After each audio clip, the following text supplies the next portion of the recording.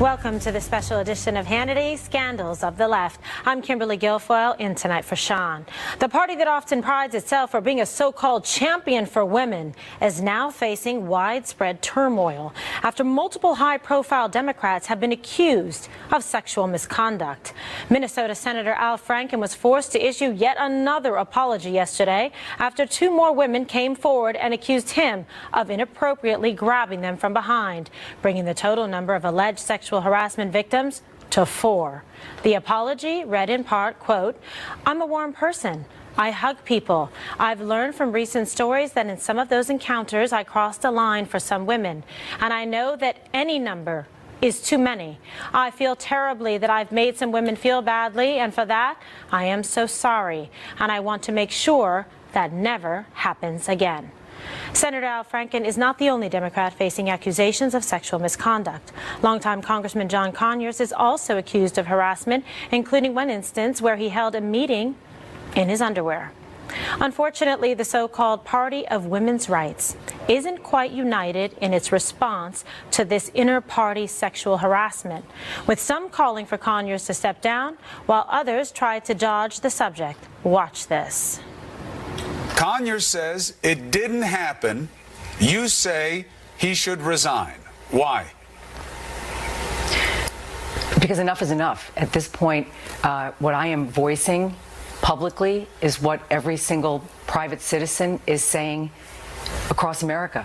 Why are the rules for politicians in Washington different than they are for everyone else? Once we start getting into the realm of politicians, well, let's get the Ethics Commission into it, and, let's investigate this, and take forever to come up with a conclusion. Do you think Congressman Conyers, you sit with him on judiciary, should he resign? Well, I think the ethics process should proceed. The allegations against Congressman Conyers are clearly disturbing, disappointing, deeply troubling. The ethics investigation should be thorough. It should be swift. It should be comprehensive. So, is it time for Conyers and Franken to resign? And will selective moral outrage over instances of sexual misconduct fracture the Democratic Party? Joining us now is Fox News contributor Lieutenant Colonel Alan West, RNC spokesperson Kayleigh McEnany, and Fox News correspondent at large Geraldo Rivera. Thank you for joining me on this Friday evening. Lots to discuss, and Geraldo, I'll begin with you. According to Senator Franken's spokesperson, he is expected to speak to reporters on Sunday. What do you think that he might say or should say to convince people that he should in fact not resign? Well, he's been apologizing, nonstop, kind of, Kimberly. Yeah. And I fully expect that he'll say that he's sorry, but that he's staying in his seat. I just have to make a quick observation. I hate when the intensity of our reaction to some of these allegations is directly related to the political party of the person being accused. I want us to have the same reaction regardless of whether the perpetrator is a Republican or a Democrat. The other thing I want to say is that I understand when someone's an accused rapist, or like Bill Cosby, or an accused sexual predator like Judge Moore is. But sex harassment, there's a big wave now. What is it exactly? Conyers wears his underwear in front of a staffer. He's an 88-year-old man. I don't know. I heard someone say today it definitely was not sexual. The thing that bugs me about Congressman Conyers specifically is that he got somehow the taxpayer to pay his settlement for allegedly, being out of line with one of his staffers. That's what I don't like. Geraldo, so you're saying he should get a pass because he's 88 and it's not sexy in his underwear? I think this is ridiculous. It's about also how he makes the other person feel. It's totally inappropriate. You shouldn't be having or conducting any kind of meeting like that. We're not giving an age pass for something like that. My problem, Kimberly, is very simple. If it's not criminal conduct that's being alleged, then what is it exactly? It's going to the Ethics Committee, they say now. The Ethics Committee cannot by law, review something that is a crime. If it's a crime that is alleged, then it goes to the U.S. Attorney's Office, as you, as a great attorney, already know. But, you know, so people minimize the Ethics Committee. The Ethics Committee is not even going to get it if they're alleging a crime. If they're not alleging a crime, then what exactly is this? Are we using this new wave of sex harassment allegations to get back at bad bosses or hated ex-lovers? You know, I just worry that we've started down a very slippery slope here, Kimberly. Well, there has to be, of course, Lieutenant Colonel, some, you know, due process in a situation, some standards, and also, you know, adjudicating the situation in terms of developing a fact pattern, verifying witnesses and information. But I don't think in any way it should minimize the seriousness, you know, of the allegations. They should be taken seriously and thoroughly investigated. You're absolutely right, Kimberly, and what is kind of disturbing for me is the fact that who are these people that decide which women are to be believed and which women are not to be believed? And I think that is what is most, you know, confusing about this situation. And this goes all the way back to, let's be very honest, with Bill Clinton and the women who accused him, but yet they were not supposed to be believed and they were attacked. But yet when you have a 40-year-old case and when you talk about Roy Moore, then all of a sudden that's to be believed. But yet when it comes to Al Franken, this is just a guy who likes to hug people and it's no big deal. Or with John Conyers, we want to look a different way. There has to be a consistency in what we see happening out there, and I just don't see that consistency. All right, Kaylee, how do you see this situation? You know, it's tough because it can have some effect in terms of on gender lines, to see how women perceive it, or someone who's been in a situation like this. You know, we're all for due process and adjudicating it and determining the credibility and the veracity of the witnesses and their statements. It is more complicated when things go back way in time, as the Lieutenant Colonel has posited. Well, Kimberly, that's right, and that's why every single one of these cases has to be looked at in isolation. They can't be lumped together. Every single person should be heard. I think it's very troubling what we've seen, particularly from Congressman Conyers, when you see someone who paid $27,000 of federal taxpayer money to settle with a woman who was accusing him of firing her for not accepting his sexual advances. That in and of itself, that misuse of the taxpayer funds should be enough to call for his resignation. But what we're seeing, Kimberly, really is a case of the powerful preying on the people. It defies party lines. It's people in powerful positions, be it in Hollywood, be it in media, be it in Congress, preying on the American people. It's the swamp that Donald Trump talked about all along. Okay, well, you know, Geraldo, the Democratic Party and liberals have made themselves out to be the champion of women's rights. I mean, do you think we can expect a march on Washington on behalf of the women that have made these allegations or been victimized or had to sit there and have a meeting with Conyers in his underwear? Well, I wouldn't hold my breath on that one, Kimberly. But let me just give you an example. You're mentioning Franken now, and Franken's famous now, notorious or infamous for patting the butt of someone that he took a picture with, allegedly. So that's outrageous, we say. What about the allegation that's gained quite a bit of legitimacy and currency that George H.W. Bush, Bush 41, from his wheelchair tells a joke when women stand alongside him? Who's your favorite comedian? Mine is David Copperfield. You know, and he pats the ladies on the butt. I mean, if it's outrageous for Franken, it's outrageous for George H.W. Bush. And you talk about senior citizens. He's, what, 93 years old now. I know, but you were the one that seemed to be making some kind of exception for those that are elderly or infirm after a certain age, that they get some kind of, you know, get out of sexual harassment jail free card. Well, maybe I was speaking, you know, as a senior citizen myself. But my main point with Conyers particularly is that the allegations, now it's one thing when he was going after allegedly some subordinate, and that's the one that got paid off with the taxpayer money. That's outrageous, and the fact that he somehow weaseled his way so he didn't have to pay it out of his own pocket, the fact that it was secret for so long, also outrageous. I think Congress is totally complicit. I think on right and left, Democrat, Republican, I can give you 100 cases where Mark Foley, Vitter, you know, Craig, go on and on and on.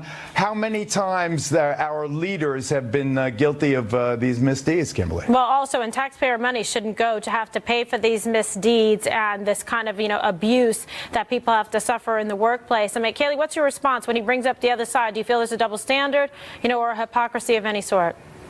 No, I think from the Republican Party, you've seen an unequivocal stance from both the president and from our party saying if any allegation is true, that individual should step down. It's a clear standard, but it's one we haven't seen embraced by the Democrats. They've covered for Bill Clinton for 3 decades. And now with Congressman Conyers, you have one Democratic lawmaker as of this morning calling for him to resign. Maybe it's a handful now, but where is the consistency from their party? Don't cover for your own. Be the party of women. That's what you claim you are. Well, you're not acting like it. All right. Well, Lieutenant Colonel, how about that? Because, you know, they do really hold themselves out to be the gold standard, but the response and assessment and, you know, being proactive on behalf of women in the sense of the liberals and Democrats has not been their most, you know, worthy shining moment. No, you're absolutely right. The actions do not match up with the rhetoric. And you brought up the point. I'm waiting for Madonna or Ashley Judd or some of these other individuals to come out and you know, start screaming from the rafters. But you're not going to hear that. I was in Congress when the Anthony Weiner incident came down. And, you know, for him to have done the things that he did and then continue to maybe even run for mayor of New York City. I mean, you got to put these things in perspective. But if Congress wants to do the right thing, Congress needs to let us know in full transparency who are the people that were the recipients of these taxpayer-funded bailouts for their abhorrent behavior. That is something that they need to do, or else it will be seen as some big boys club.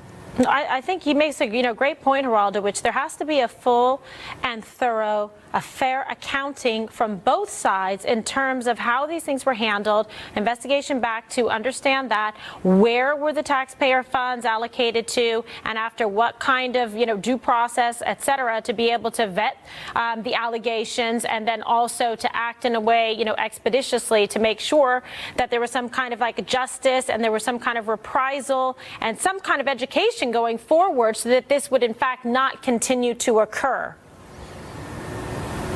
Well, you have Wiener's going to jail, so justice has been served in his case. You've got this other Republican congressman, Barton, out of Texas, who just got caught sending lewd pictures of his genitalia to girls he was courting. What's he going to do? Well, but now? that was his statement is that it was in a relationship that he was having a relationship with these different women, and that there was some back and forth in terms of, you know, please don't try to blackmail me with these photos, et cetera, that he was going to talk to Capitol Police.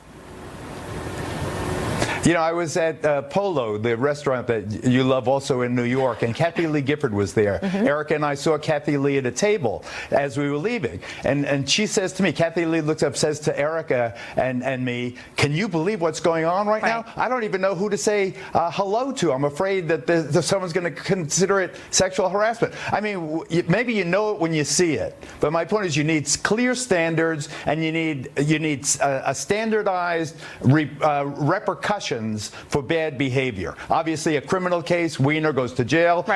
Good riddance. That's to bad rubbish. That's where we should go. But you know, I think that the Congress has to clean its own house. All right, we're tight here on time, but Kayleigh, I'm going to give you a final word as well. Yeah, I would just say that we have a systemic problem that when an accuser brings forth a claim against a powerful lawmaker, they're instructed to go to immediate counseling, and then their name and the name of that congressman is shrouded in secrecy. It's the powerful versus the people. It's inexcusable, and Congress needs to clean this up. All right, Lieutenant Colonel, Congress, a lot more needs to be done here. It seems like they've been failing pretty abysmally. Yes, a lot more needs to be done. I find it very interesting that you have Congress up there deciding how much money that we can keep ourselves as they go through this tax bill process, but yet they're using our money to take care of their abhorrent behaviors. Yeah, absolutely. That's unbelievable. Bad deeds. Okay, thank you so much, panel. Fantastic to have you here tonight. Thank you.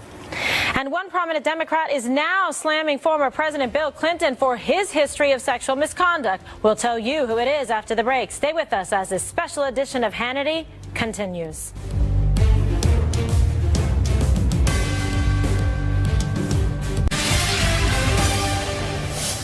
Welcome back to this special edition of Hannity. Senator Franken and Congressman Conyers aren't the only prominent Democrats to be embroiled in sexual harassment scandals. For decades, multiple women have accused former President Bill Clinton of serious sexual misconduct, including rape. Now some Democrats are finally speaking out against Bill Clinton's pattern of abuse, including former senior advisor to President Obama, David Axelrod. Watch this.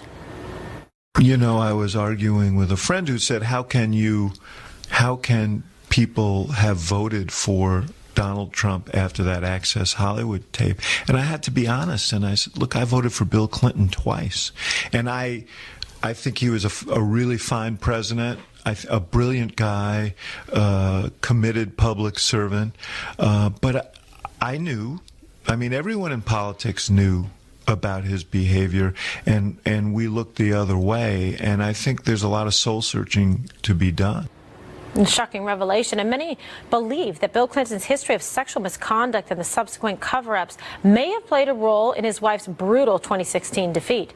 Meanwhile, Hillary Clinton, still promoting her book, What Happened, said that no one in the Democratic Party has sought out her advice for the 2020 presidential election. I wonder why. Watch this. Has anyone been to see you yet? I think Kamala Harris may have been to see you. Anyone else? Nobody's actually been to see me. I see Democrats all the time, and nobody has said, hey, I'm going to run, or I'm thinking about running, give me advice now, because it is too soon. And there may be some private planning going on by some people. I wouldn't know who. I wouldn't hazard a guess. But in terms of actually seeking out advice, people have said, hey, I want to come talk to you, but I haven't had those conversations in large measure because I said I'm going to focus next year on 2018, and then, I'll be happy to talk. Joining us now with reaction is radio talk show host Gina Loudon and former Clinton pollster and Fox News contributor Doug Schoen. Thank you both for being here with me tonight. So obviously there's a very heated current climate of sexual misconduct, sexual harassment. There's allegations, and it's going across the board. Do you think we're going to start to see more and more Democrats distance themselves from Bill and Hillary Clinton in light of this? Well, look, Kimberly, my sense is that with Bill Clinton, many of the allegations have already been litigated. They have been dealt with in an impeachment process or in court. To me, if they're new allegations, fine, let's deal with them. But to go back 20 years to relitigate or earlier, I just think is a waste of time and energy. I would say this. If you want to talk about Uranium One, if you want to talk about the dossier, there are a lot of unanswered questions there that I think merit our time. But to go relitigate what Bill Clinton may or may not have done, I don't think that's worthwhile. Just one other point. Yes. I worked for Bill Clinton from 94 to 2000. And what David Axelrod says, and he's a dear friend of mine, but what he says everyone knew, I didn't know. The revelations about Monica Lewinsky were news to me when they came out. Okay, but there were also, and see if Gina, you can hear us now. Yes, I hear you. People were aware of what went on, and I understand about not relitigating or going the past. However, as a former prosecutor, when a crime has been committed, I don't look the other way just because of the passage of time. To me, when there's allegations of sexual misconduct, not just harassment, but rape, as in the case of Juanita Broaddrick, which she has made that claim against the president, shouldn't that be addressed? And what about the Democrats owning up to that in terms of the double standard that they've seemed to have as of late? Well, of course they have a double standard, Kimberly, because if they didn't have a double standard, they wouldn't have any standards at all. This is a transparent attempt on the part of the Democrat Party, now that a Clinton will never be on a ballot again, for them to claim some sort of sexual purity. This, the party of Clinton, of Weiner, of Franken, and we're supposed to fall for that? They must think voters are really stupid if they're going to fall for the Democrat Party now being the party. And just like you said, where's the apology to these women that they smeared for all these years? If they knew this was going on, why did they go along with it? Yeah, no, she makes a great point. I mean, when you see people that have been savaged in the press, in the media, and by quite frankly, to Hillary Clinton herself, it's very disturbing. And I mean, do you think it played a role in the fact that she was, defeated in 2016? It may well have played a role, but I think the person people voted against, for a lot of very good reasons, was Secretary Hillary Clinton. I think if she'd listened to Bill Clinton, campaigned more in the Midwest, focused on working class voters, talked about jobs, she would have done a lot better than she did trying to mimic the the Obama campaign from 2008 and 2012. And, you mentioned Juanita Broderick. As a prosecutor, you surely would know that when there are multiple stories, multiple accounts of what happened in an event, it's a much tougher case to litigate when the person who allegedly was violated has told different stories at different times. Okay, well, she maintains that she also gave what's called a fresh complaint at the time. She complained of it. She had the physical injury to the lip that he said, put some ice on that. Look, I mean, the bottom line is not just Bill Clinton. What Hillary Clinton did was wrong in the way that she treated those women and then expected that she was going to go on to be, president of the United States, given her abhorrent behavior. Yeah, the way to have done this with any legitimacy, Kimberly, would have been for the Democrat Party to come out as a party and apologize to these women. If they're so concerned about the long-term, the post-traumatic stress of women who go through these sorts of things, as they say every day, right, whenever they can get in the news, trying to take some moral high ground now, then they should be concerned about the fact that these women are still traumatized by what happened to them under that administration. And they've been continually traumatized as all of their allegations have been swept over under the rug for all of these years. And it's just too convenient a time now for them to come out and say, oh, wait a minute, we are the party of sexual purity suddenly. The public isn't going to buy this. Okay, now, in an earlier segment, Doug, you and I were talking about this through the break. Yeah. Geraldo Rivera was on, good friend here, and he was seeming to kind of give a pass by saying, well, wait a second, Conyers is older, so what if he had the meeting essentially in his underwear? I'm sure it wasn't, sexual in nature, but just because he doesn't look like David Beckham in his underwear, then it's okay to do that? I got a different view of this, Kimberly. This is a real-time, real-world event. Let's let the Ethics Committee investigate, and if the facts are as compromising as you're now suggesting and many reports have suggested, I'm not sure there's a place for him in the House. I'm not sure there's a place for Al Franken. Right. And the reports about Joe Barton, I think on the Republican side, also merit investigation by the Ethics Committee. Put another way, I think we need to be nonpartisan about it, not try to cast one party or the other party as the party of sex. If it happens and it's egregious as these incidents suggest may have occurred, let's investigate and take the appropriate action. Yes, regardless of partisan politics, it should have the same standard and the same due process, Gina, for either side. Correct. That's the bottom line. Yeah, and there's a really important psychological component too for these women. I think as we're going through this process, that they are validated, that they know that some of these things have been investigated. But we also need to be very careful as a public to make sure that we make the distinction, I guess, between evidence and facts versus feelings and allegations, because there is a distinct difference, and we can't keep meshing them together like the Democrat Party seems to want to do a lot of times. To me, this isn't partisan, Kimberly. I think you're exactly right. I think, though, Gina makes a very good point. We need to investigate allegations, see the full totality of what did or didn't happen, and make judgments there. We can't rush to judgment based on partial press reports that are not in any way full accounts of what did or didn't happen. No, you bring up a great point, and the problem is also with the passage of time, Gina, when you see in a situation like the Roy Moore case, where there's a period of behavior that's been alleged over a very long period of time, it makes it very tough to go back to be able to examine the veracity of it and get those statements. It's not something that can happen, overnight to be able to figure it out. It should be taken very seriously, like I said, on all sides. Yes, it should be taken seriously, but it shouldn't be tried, as you both know, in the court of public opinion.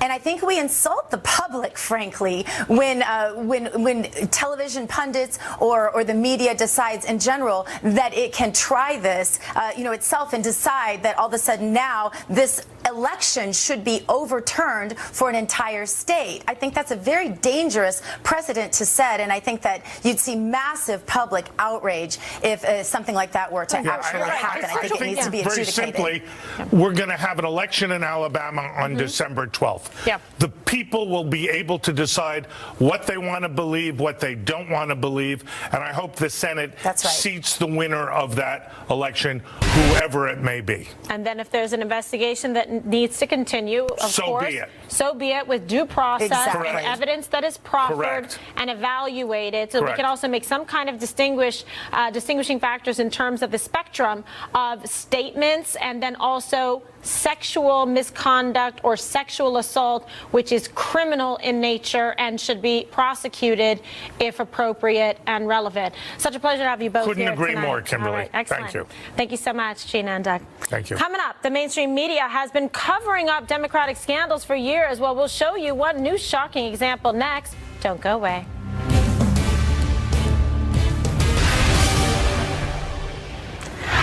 Welcome back to this special edition of Hannity. The liberal mainstream media is once again caught colluding with the left. According to a report from the Washington Free Beacon, quote, WAPO reporter goes rogue, gives strategy briefing to secret Dem donor conference. The article continues, quote, Washington Post reporter Janelle Ross gave a presentation at a secretive California gathering where Democratic politicians, liberal activists, and their biggest donors plotted the future of the progressive movement without notifying her superiors that she would be attending, according to a Post spokesman. The Washington Free Beacon claims to have obtained a copy of the conference agenda that lists events and featured guests. And according to the agenda, speaking right before Janelle Ross was none other than leftist billionaire George Soros. We reached out to the Washington Post for additional comment, and we were told they have nothing more to share. Shame. All right, joining me now with reaction is the national spokesman for CORE, conservative commentator Nigel Innes, founder and executive director of Turning Point USA, Charlie Kirk, and from Fox News Radio, Todd Starnes. Thank you all so much for being here with me tonight. So the mainstream media often fails to cover Democratic scandals. Do you think that this report, Todd, proves that it is more purposeful than just a simple kind of ignorance of the scandal and not really aware of it? Oh, absolutely. As a matter of fact, Kimberly, this is an example of not just fake news, but propaganda news, where you actually have a reporter from the Washington Post going into this secret meeting and gathering all this information. Quite frankly, it is a direct violation of the Society of Professional Journalists Code of Ethics. Wow. Yes. That Code of Ethics says, and I want to read this here, avoid conflicts of interest, real or perceived, and avoid political and other outside activities that may compromise your integrity. Well, it's very clear this is exactly what this Washington Post reporter has done. Yeah, Nigel, this is quite disturbing when you hear this report. I mean, what were your initial thoughts, when you found this out? I was not surprised. I mean, George Soros is our very own living Dr. Evil, if you recall, from the comedy films. But it's actually deadly serious, because he's not only the foundation, if you will, of every left-wing group and supporter of every left-wing politician, from Kamala Harris to former President Obama, but he also has an international network of NGOs that he funds to sometimes openly undermine governments and counter U.S. foreign policy. One of the scandals that I hope that the media really exposes and investigates is something that 6 U.S. senators have asked Tillerson to look into, which is how our government is actually funding NGOs that are tied to George Soros, that are actually contradicting U.S. foreign policy in places as far-flung as Macedonia to Zimbabwe. That's the real scandal. And the fact that the Washington Post is in bed with these folk makes me a little concerned, but I have to say I'm not really all that surprised. Yeah, Charlie, you surprised? I'm not, but it's important to note George Soros is a big problem, but just right behind him, you might have missed the news with all the Black Friday shopping, but there's a new richest man. He's worth $100 billion, Jeff Bezos, who conveniently owns the Washington Post. Yes. In fact, he acquired it last year, and he went through a huge purge of anyone that believed in freedom and hired a bunch of very left-wing journalists and reporters. And in fact, right after Donald Trump's surprise victory, he hired personally over 50 new journalists and reporters that went all over over Washington to try to find evidence of Russia collusion, so on and so forth. So no, this is of no surprise. The Washington Post, which is one of the most well-read newspapers in the country, has now become a political arm of the leftist causes. And you see they're invited on the front and center stage of the secret meeting with George Soros. But it's important to remember Jeff Bezos is just right there with George Soros through the Washington Post doing this exact same sort of behavior. You know, he's absolutely right. Charlie's absolutely right, Todd, because he has become increasingly more,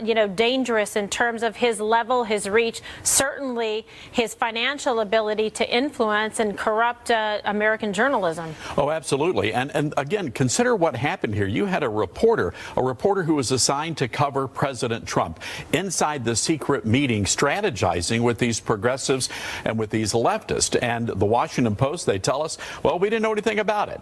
It's news to us. Instead of being horrified and embarrassed at the fact that one of their reporters was demonstrating a clear bias by attending that meeting. Yeah, and seemingly no repercussions whatsoever, total blind ignorance, looking the other way, Nigel, to this situation instead of actually, engaging in journalistic ethics and following this through and doing an investigation and then providing some kind of accountability.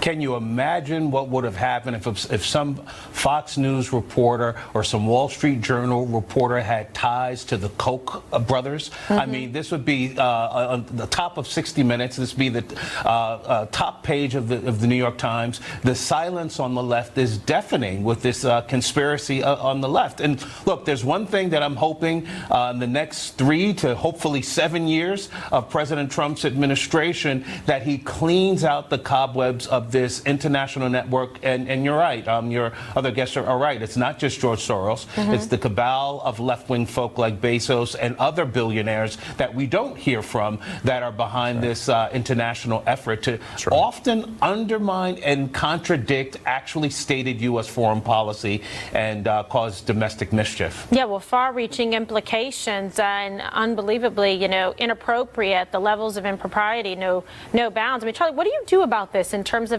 trying to, Nigel's saying hopefully the Trump administration is going to do something. I mean, do you have some thoughts about what should be some kind of constructive framework or plan to try to investigate this and bring about some accountability and ethics? Well, there should be some accountability and ethics, and it should start with the Attorney General should open an investigation into the Open Societies Foundation, which is George Soros' nonprofit, which, by the way, he just transferred $15 billion into. They have to give away 5% a year, and think about how much money that is. But there's good evidence to show that George Soros has been instrumental in funding grassroots left-wing groups such as Black Lives Matter and Antifa, which are now being investigated by the FBI. So you have to follow the money. You have to see, is he actually funding these groups, and where are they getting their source of training and their financial backing? And so what can be done? We need to get the Attorney General involved to see if there's any mischief involved in a lot of these domestic terror groups such as Antifa. But even more than that, we have to expose how the left have become funded by these centi-billionaires, now Jeff Bezos, worth $100 billion, to corrupt our democracy and to change the trajectory of this country. Really, Todd, it's such a serious situation because the implications are so far-reach. I mean, you even think back just to the campaign and the paid protesters and what was going on. They're really trying to stifle, democracy and the election process. And now having the tentacles insofar as, very widely read and mainstream, so to speak, in terms of widely available newspapers that can really impact not just, American journalism, the truth, the facts that get out there, but as we've also discussed, implications of foreign and domestic policy. What we have seen here is clear evidence of collusion, and it's not just the Washington Post. Remember back in the campaign when you had CNN asking the DNC to go over debate questions, when you had Donna Brazile turning over those questions to Hillary Clinton's campaign. Again, this is a very serious issue, and it's important for all of the viewers to understand they need to be news consumers as well. They need to be good stewards of where they get their news, and it's important for all of us to understand what's really going on here. And read with a discerning and critical eye, Charlie, to make sure, that they're actually getting the truth. You should read from multiple sources, not just one, especially, and I think like you said, you guys, follow the money. Look to see who is behind it, who is funding this, and who is trying to fill your mind. That's exactly right. And the left tries to say that, conservatives are the party of the rich. Well, 8 out of the 10 wealthiest counties in America voted for Hillary Clinton. And now you have the world's richest man and the 4th richest man in the country funding left-wing causes trying to disrupt democracy here in this country. And so the left has really been funded by these people that want to create a one-world government. They do not want to see America continue its international dominance, and they want to destabilize capitalism as we know it. This is very, very dangerous. These are people that do not share our values, and now that they have unlimited amounts of money, they want unlimited amounts of power, which exactly we know what the left wants. And what viewers have to do is continue to pursue good news channels such as Fox and read the Wall Street Journal and stay away from a lot of these news sources that are being funded by people that do not share our values or want to see America succeed. Charlie brings up a great point, Nigel, but just the influence and the intention to corrupt an American democracy and basically mind control people by putting forward this propaganda and pretending, parlaying it as journalism following ethical standards. That's the real problem here, that they've been able to take it this far. It's a real crisis, and it's a generational crisis, because the biggest impact of this propaganda that you speak of is on college campuses and in our elite university institutions all across the country. So you have generations of young minds being poisoned. Exactly. And we've got an opportunity with this president in office. I applaud, I think it was Todd who said that the Attorney General really needs to investigate this, and I hope that Tillerson will take that letter from 6 United States senators that USAID needs to stop funding these George Soros-related and far left-wing groups that are oftentimes violent and kind of like a foreign version of Antifa that we spoke of earlier. This has got to be rolled up now. We've got the opportunity. We ought to break this network up as quickly as we possibly can. Okay, Todd, quick final thought.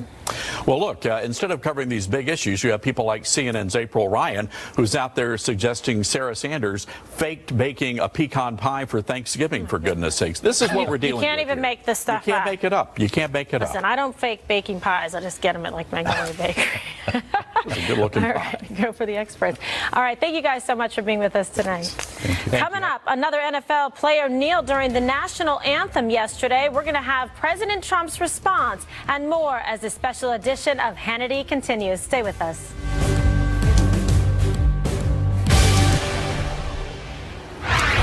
Welcome back to this special edition of Hannity. Well, it's an American tradition to watch football on Thanksgiving Day, but one player chose to inject politics into the game. And as you can see, Olivier Vernon, defensive end for the New York Giants, took a knee during the national anthem, something he has been doing for several games now. President Trump responded on Twitter saying, quote, "Can you believe that the disrespect for our country, our flag, our anthem continues without penalty to the players? The commissioner has lost control of the hemorrhaging league. Players are the boss." Earlier this week, the president called out the NFL over suggestions of keeping teams in the locker room during the anthem. He tweeted, quote, "The NFL is now thinking about a new idea, keeping teams in the locker room during the national anthem next season." Well, that's almost as bad as kneeling. When will the highly paid commissioner finally get tough and smart? This issue is killing your league. Joining us now with reaction is Fox News contributor and pastor at the First Baptist Church in Dallas, Robert Jeffress, and Fox News contributor David Webb. David, I'll begin with you. Is this the right move for the president to continue to call out the NFL, call out the players, call out the commissioner for their unpatriotic displays? It absolutely is, and it's simple. The president's winning on the issue. Culturally, Americans see the anthem and the flag as one. We stand for the anthem. We face the flag with his flown for those key minutes, and he's winning on that issue culturally. Look, the subjective ideas around his tweeting is just that. But the NFL's paying another price. You and I have done the business shows many times over the years, and the NFL's losing image and advertising, which means that as you look at playoff numbers, you look at sales, you look at costs, they're losing their business as well. So the players are affecting their business, and the ignorance and the uninformed part of this. Marshawn Lynch, I want to go back to him. He stands for the Mexican anthem. If you take him out of his celebrity bubble and he's arrested in Mexico, he will be treated significantly differently than he will as a celebrity. And to all those NFL players, I've said this for weeks on my show, and I'll say it again. If you really want to go back to Colin Kaepernick and you really want to protest police brutality as you see it, then turn around, because every 20 yards on the sidelines is a cop. Turn around and take a knee in front of a police officer, not to the flag and the anthem. Yes, it just seems, Pastor Jeffers, that there is such a disconnect in terms of the messaging here and taking out in a way these unpatriotic displays. They are not benefiting the bottom line of the NFL. The viewers don't like it, ratings sliding, all of the above. It seems that in terms of a lot of this kneeling, it's more like grandstanding. Well, I think it is. And I think there's a bigger issue here, Kimberly. You know, whether it's calling out LeVar Ball, as the president did earlier this week, and now calling out the NFL, I think President Trump is touching on a very important issue in America right now, and that's a lack of gratitude. Look, these NFL players ought to be thanking God every day that they live in a country not only where they can earn millions of dollars every year, but they can disrespect our flag without being thrown in prison or worse, as they would if they lived in China or North Korea. And contrary to what the left would tell you, this is not a racial issue. This is a grateful issue. And it's an issue I'm glad the president is hitting head on. I mean, the fact is, if all Americans were more grateful for the good things God and others have done for us, I think you'd see a lot of the negativity in our country dissipate overnight. So I think our president is showing great moral leadership in addressing this topic. You know, the pastor brings up such a great point, David, in terms of, being a nation that is grateful for military service, for those that have shed blood, to be able to protect our rights, to express ourselves in terms of, freedom of expression, First Amendment rights. There's a means and a way to do it that is respectful, like you've discussed, versus doing this behavior that there's such a disconnect. It doesn't make any logical or coherent sense what somebody like Colin Kaepernick started out to do. I don't even think they even understand what the message is behind it. Taking the point of grateful, their right to do this was never in question. Their responsibility to do it on the job, which is affecting the league, is another thing. But there's also something else.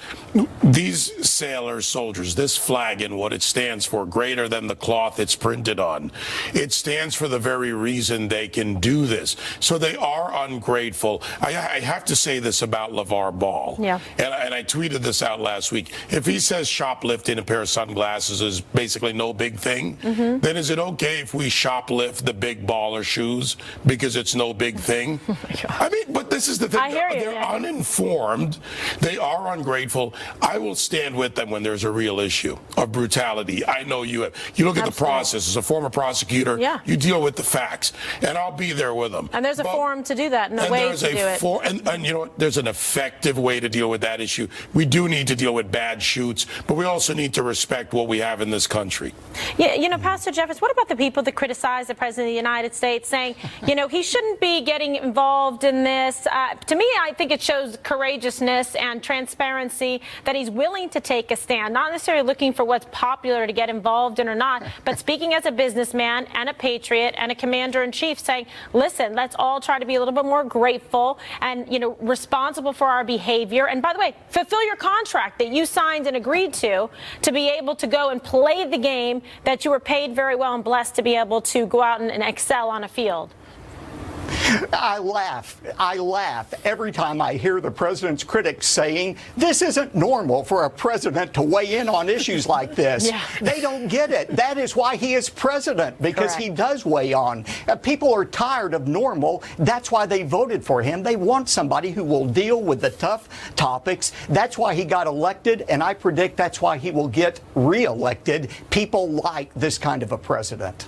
Let's talk about kind of the attitude in the country right now. It seems like, every time we talk about this issue, some of the players, everything, they're not even correctly articulating what the original message is. It becomes about a different kind of protest. Why are they kneeling? If you ask them, then some of them can't explain. They say, well, one, it's police brutality. Then it's for equal rights, and it's constantly changing. Well, it's the uninformed, and this is the problem we have in this country, Kimberly. We have a lot of people who are uninformed, or at least not even tactical in what they're doing. Look, if your cause is police brutality, do something about it. Kneeling on a Sunday, then going home to your mansion is not effective. Yeah, how about going to a community outreach program or working with local departments? Go to Chicago, over 600 murders. Go to these towns and cities. It's not racial, it's economic. Fix a lot of the economic problems in this country. Uplift as many people as you can. Go back and help the others. Yeah. So Kimberly? Yes, go ahead, Pastor. I was just going to say, look, I've got a brother who's a 30-year veteran of the police department. I know police brutality is real, but it's also very rare. And it's the exception, not the rule. Right. And we ought to celebrate what our police do positively for us. And I agree with David. If these players are really sincere about this, what they ought to do is say in protest, I'm not going to take my salary for the next 6 months. I'm going to donate it to the ACLU to fight injustice. Why not do that if they're sincere? No, but it's so true. You know, put their money where the mouth is. What's wrong with that idea, David? Yeah, because it's not about action. It's trendy. It's against President Trump. It's all the things that they're playing. Right. Look, if they want to do the real work, I've been doing the real work in these communities for many years. Help these children, help these families. That's what we need to do in America. And that's the American family. It's not black or white. It's economic. It's cultural. Our culture is strong. When we're strong, the world is better off. You're absolutely right. And I love your comment, Pastor Jefferson, about gratitude and how important it is to have in life and to appreciate the blessings that you have. And then if you want to, disagree or express an opinion about something, there's so many really beautiful ways to get involved to make a difference and have an impact versus just being like a showman to get more attention. Well, there is. And yesterday on Fox, I issued what I called the Gratitude Challenge to all Americans. And that is, make a list of 3 things you're grateful for, good things in your life. And once a day, thank God for those 3 things for the next 30 days and see if your attitude doesn't change dramatically. That would bring a lot of healing to our nation if we would do that. All right. Well, we're very grateful to have the two of you here tonight, Pastor Jefferson and David Webb. Always a pleasure. We'll have more of this special edition of Hannity right after the break. Don't go away.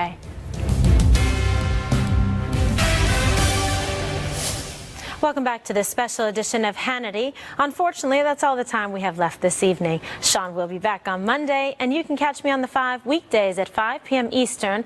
Thank you so much for joining us this evening. Hope you had a lovely Thanksgiving, and please have a great weekend.